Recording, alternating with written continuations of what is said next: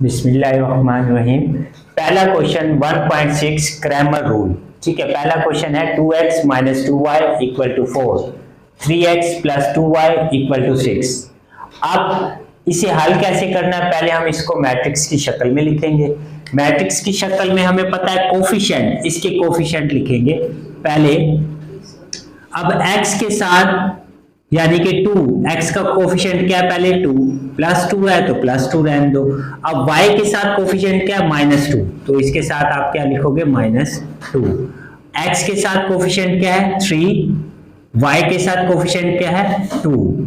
फिर उसके बाद हमारे पास x y as it is, x और ये y इक्वल 4 और ये 6। ये पहला रूल क्या था, इसको हमने किस में चेंज करना था, मैट्रिक्स की फॉर्म में। अब लेट कर लेते हैं, फर्ज करें लेट किया, इसको a का नाम दे देना है। तो a का नाम हमने किसको देना है, इस फर्स्ट वैल्यू को। तो इज इक्वल टू 2 -2 3 और ये 2।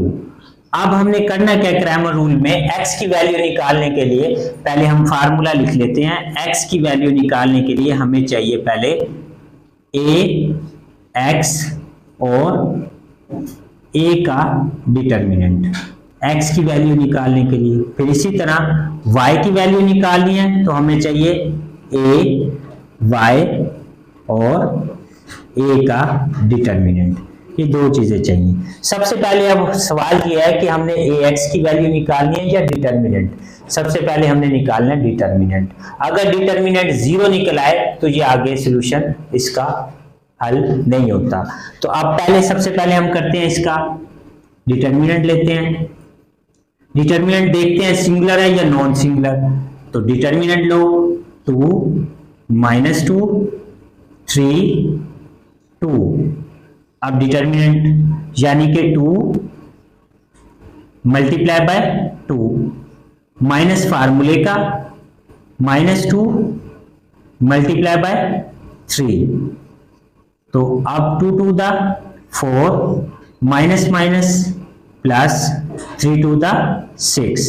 तो डिटर्मिनेंट हमारे पास क्या निकल आया, डिटर्मिनेंट जो निकला हमारे पास 10, ये डिटर्मिनेंट निकल आया।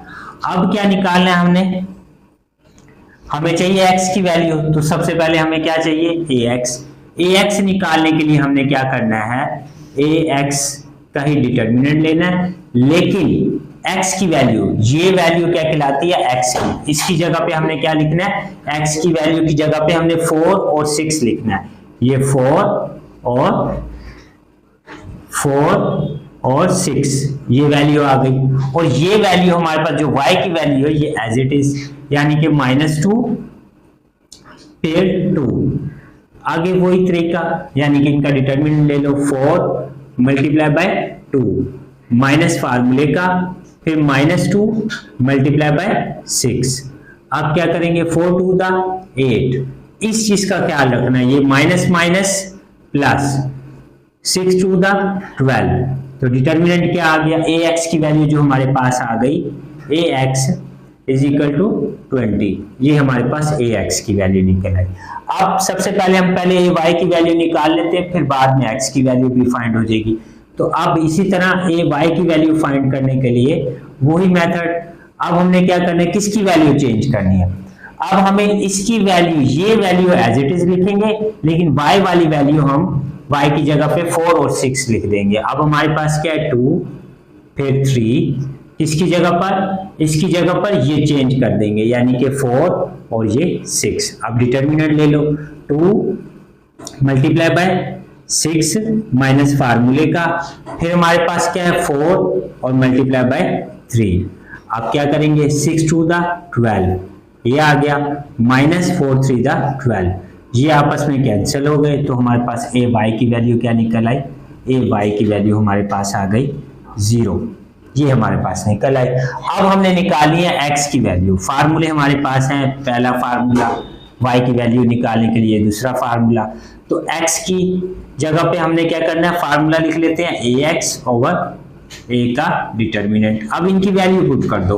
अब x, a की वैल्यू क्या निकाली थी हमने, ax की वैल्यू हमने 20 निकाली है, वो ऐड कर दो। डिटर्मिनेंट कितना है हमारे पास 10। अब कटिंग करो 10 1 दा 10, 10 2 दा 20, तो x की वैल्यू यहाँ हमारे पास आ गई 2। अब इसी तरह y की वैल्यू निकालेंगे, तो y की वैल्यू निकालने के लिए हमें क्या करना है, तो हमारे पास a y और नीचे a का डिटर्मिनेंट। तो अब y की वैल्यू निकालने के लिए हमें a y की वैल्यू क्या निकली है 0, और डिटर्मिनेंट तो वही है जिसका इसका 10 था, तो हमें पता है 10 है, तो y की वैल्यू क्या निकल आएगी, अगर ऊपर 0 हो नीचे 10 तो पूरी वैल्यू क्या हो जाती है 0। तो सॉल्यूशन सेट क्या आया इसका हमारे पास, यानी कि 2 और 0, ये आंसर आ गया।